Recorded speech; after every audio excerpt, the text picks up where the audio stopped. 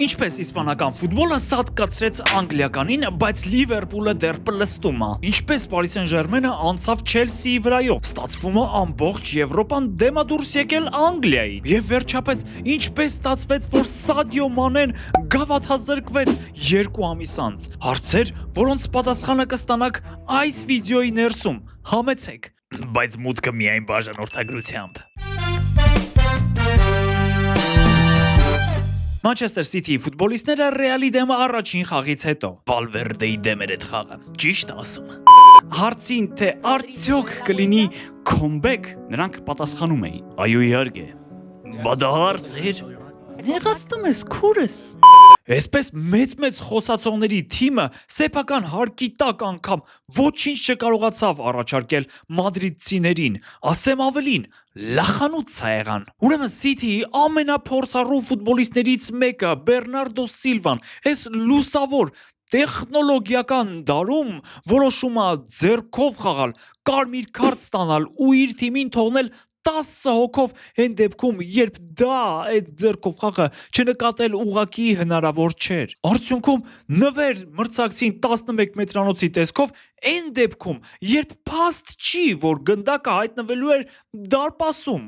դարպասաձողին կարող է կպներ։ Իսկ հա City-ի դարպասը 2 գնդակ ուղարկած Վինիսիուսը խաղից հետո ասաց. Կիլիան Մբապեն աշխարհի լավագույն ֆուտբոլիստն է։ Նրանք համերաշխ են։ Հա, ինչպես Valverde-ն էր նշում, որ իրենց հանդերձարանում խաղաղություն է իջել, ներդաշնակություն։ Այն կարգի լավ տրամադրություն է, որ Տրենտ Ալեքսանդր-Արնոլդը խաղից հետո հանգիստ իրեն թույլ էր տալիս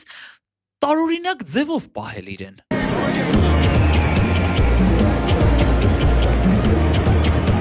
Ես ինչ էր անում։ Ես իմ։ Արա, կարող է դոկուի ձևերն էր անում։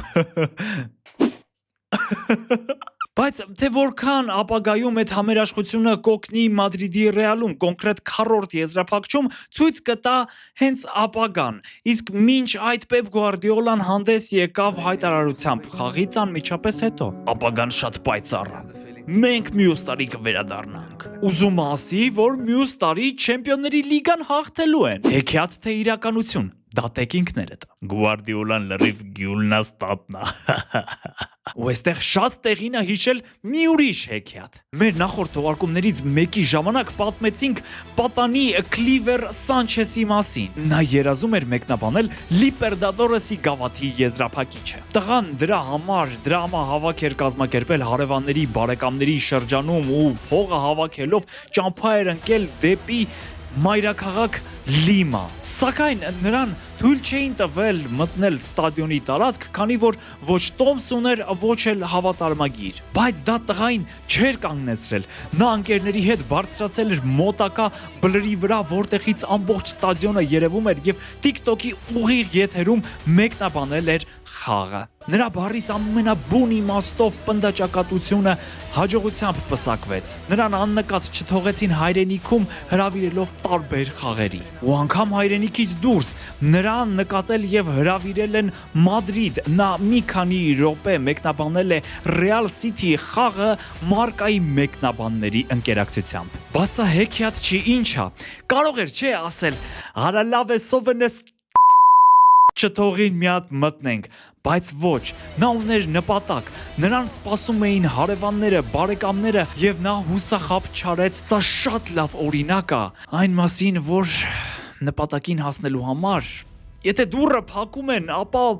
մտիր պատուհանից։ Գյուլնաստատ շարունակի հեքիաթը։ Լինում է չի լինում մի նորվեգական նավ է լինում, որը լի էր վիկինգներով, որոնք իրենց կացիններով գնում էին Եվրոպան գրավելու, սակայն հերոսական պայքարում ընկան Պորտուգալիայում։ Ինչ ես խոսում, ապեր։ Սա հեքիաթ է, որը կպատմես ձագուկներիդ քնելուց առաջ։ Նորվեգական այս հեքիաթի վերջում ընկավ 7 խնձոր, մեկը պատմողին, մյուսը լսողին։ Մի րոպե, սովորական հեքիաթներում 3 խնձոր չէր։ Հա,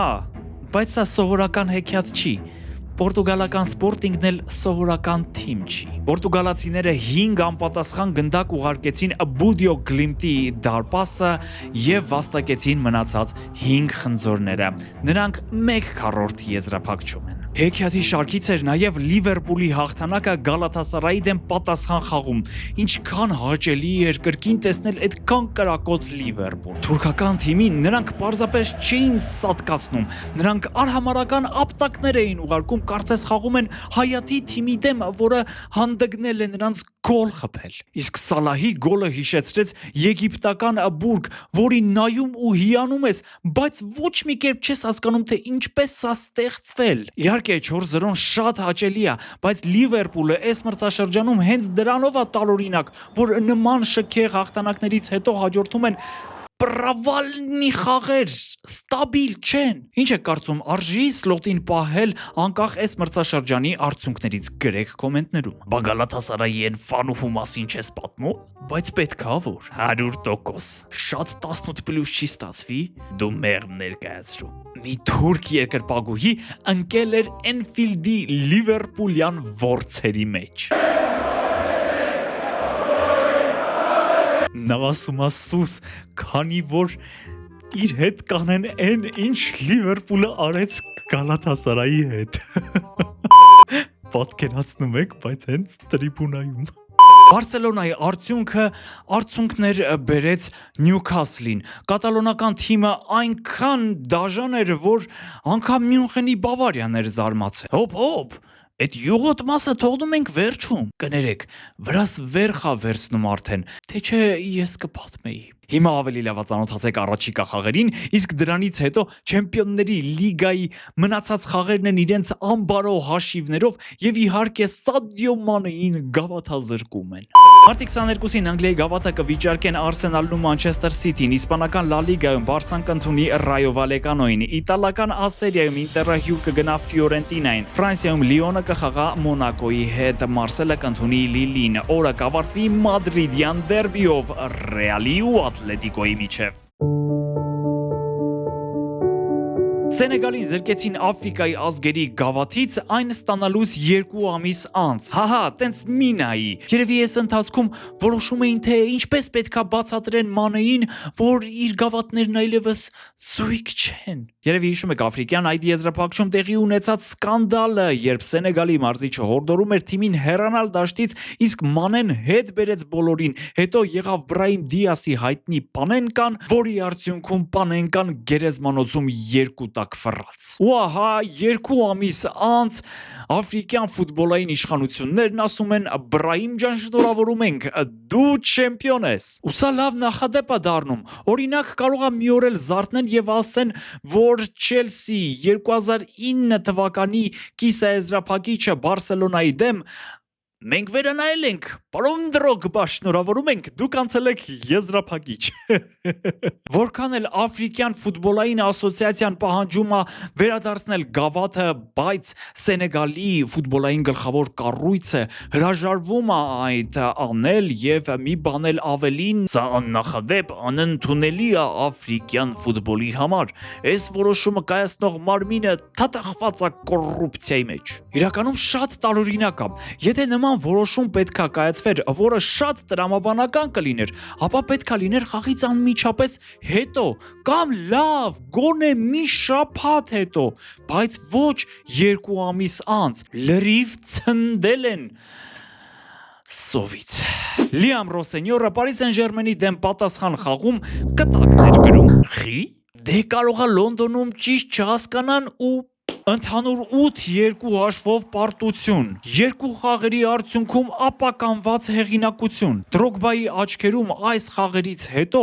Աֆրիկայի ծայրահեղ աղքատությունը շքեղություն է երևում։ Ռոման Աբրամովիչը հաստատ ուզում է հետ առնի ակումբը ու փակին։ Մեր հակահերոսը Ատլետիկո Մադրիդն է։ Վերջերս Դիեգո Սիմեոնեն երևի առաջնորդվում է հետևյալ կարգախոսով. առաջին խաղը մենք կհաղթենք, երկրորդին մեր հետ ինչ ուզում եք արեք։ Նախ Իսպանիայի արքայական գավաթում հայ-հայը կորցնում էին առաջին խաղում 4 գոլի առավելությունը, հիմա էլ Տոտենհեմի հետ 5-2-ը։ Ինչքան էլ զարմանալի է, բայց Լոնդոնի սպիտակ հատվածը պատասխան խաղում ֆուտբոլ էր խաղում, անգամ պատկերացրեք 3-2 հաշվով հաղթել է։ Ասում են Չավին է ժարի տարել։ Հա, Չավին Սիմենս հեռախոսների պես պինդ էր, 9-րդ հարկից գցում էին, բան չէր լինում։ Մեր առաջին հերոսը այսօր Պապա Կառլոն է Ռեալի հետ միասին։ Նրա կապը արքայական թիմի հետ չի թուլացել։ Իտալացին լրիվ Նաստրադամուսն է։ City-ի հետ պատասխան խաղում պետքա լավ պաշտպանվել եւ բալանս պահել։ Օրինակ, ըստ Պապա Կառլոյի Վինիսիուսը շատ լավ կխաղա պատասխան խաղում, որովհետեւ նա որոշիչ խաղերում երբեք չի ձախողվել։ Անչելոտիի խոսքերը մեկը մեկին իրականացան։ Վինիսիուսը չքաշեց, թիմը հաղթեց, բոլորն ուրախ են ու երջանիկ։ Բացի Նեյմարից։ Բրազիլացին շատ ինտիմ միջավայրում էր հետևում հավաքականի գլխավոր մարշին, որը ներկայացնում էր ազգային թիմի հայտացուցակը։ Անչելոտի, բայես, այսենց քաշեցին մեր Նեյին, բայց նա խոստացել է, որ ձեռքերը չի ծալելու, չի հուսալքվելու եւ ամեն ինչ անելու է, որ վերջապես վերադառնա հավաքական։ Մնում է մրցաշարը տեղի ունենա։ Արի մեր հետևորդներին խնդրենք իրենց կարծիքն էլ ասեն։ Հայելի, գրեք, արդյոք հավատում եք Նեյմարի վերադարձին։ Առանձնահատուկ պետք է նշել այս անգամ Վինիսիուսին, որը այս անգամ իսկապես չլացեց, խաղով ապացուցեց, որ լավագույններից է։ Իհարկե Մբապեից հետո, բայց էլի սադրը մեր ֆաներին։ Այս անգամ կարելի էր։ Թող իրենք մտածեին, որ նախորդ տարի այսենց պոստեր էին պատրաստում։ Paris Saint-Germain-ը Chelsea-ին հաղթեց ընդհանուր 8-2 հաշվով, Real-ը City-ին 5-1, Barcelona-ն Newcastle-ին 7-2, Բավարիան Ատալանտային 10-2, ու միայն Arsenal-ը հարգեց իր մրցակցին, հաղթելով Leverkusen-ի Bayern-ին ընդամենը 3-1 հաշվով։ Արտետան նախորդ կյանքում հաստատ հաշվապահ է եղել։ Էդ ինչի։ Դե բոլոր հաշվարկները միշտ ճիշտ անում, բայց վերջում տակ է տալիս։ Մինչ Բարսելոնայի խաղին անցնելը մի փոքրիկ նկատառում։ Բարոն Ֆլիկ, այդ Լևանդովսկին մի քիչ հետևեք, հենց ջրիկանում է փող ու փախի։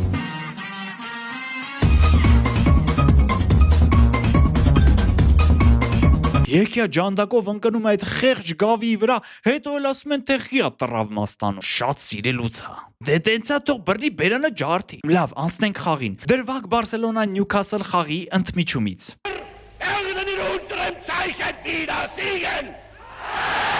Ես մոտավոր դա այդպես եմ պատկերացնում, քանի որ առաջին խաղակեսում կատալոնական թիմը խաղում էր իր երկրպագուների նյարդերի հետ։ Նենց տպավորություն էր, ոնց որ Ֆլիկը ծրագրել էր, որ Գարսիան պետքա վնասվածք ստանա, Արաուխոն նրան փոխարինի, որ երկրպագուներին մի քիչ ստրեսի ենթարկի, process-ը հետաքրքրացնի, իսկ երկրորդ խաղակեսում սկսի 18+ կինոյի նկարահանումը։ Երկրորդ խաղակեսում Բարսան անում էր այն, ինչ ուզում էր, անգամ Ռոնալդ Արաուխոն դրան ոչ մի կերպ չէր կարողանում խանգարել։ Առաջին խաղի ամուր Նյուքասլից մնացել էր միայն Լուիս Հոլը։ Այո, նա շարունակում էր պտտվել։ Հատկապես շատ գեղեցիկ ստացվեց Ֆերմին Լոպեսի գոլը։ Ինչքան գեղեցիկ, ինչքան արագ, ինչքան կտրուկ։ Այս սենց ֆուտբոլ է պահանջում սպորտ կոմեդին։ Դու մեզ ով ա լսում, այ ախպեր։ Պեպը 100% հիմա նստած մեզ նայում է։ Եթե մեզ հետ համակարծիք չեք, լայք եք խնդրում եմ։ Իսկ ովքեր հավատում են Չեմպիոնների լիգայում Բարսայի հաղթանակին, կխնդրեմ բաժանորդագրվել։ Տեսնենք, թե ինչքան հավատարիմ եք մեզ։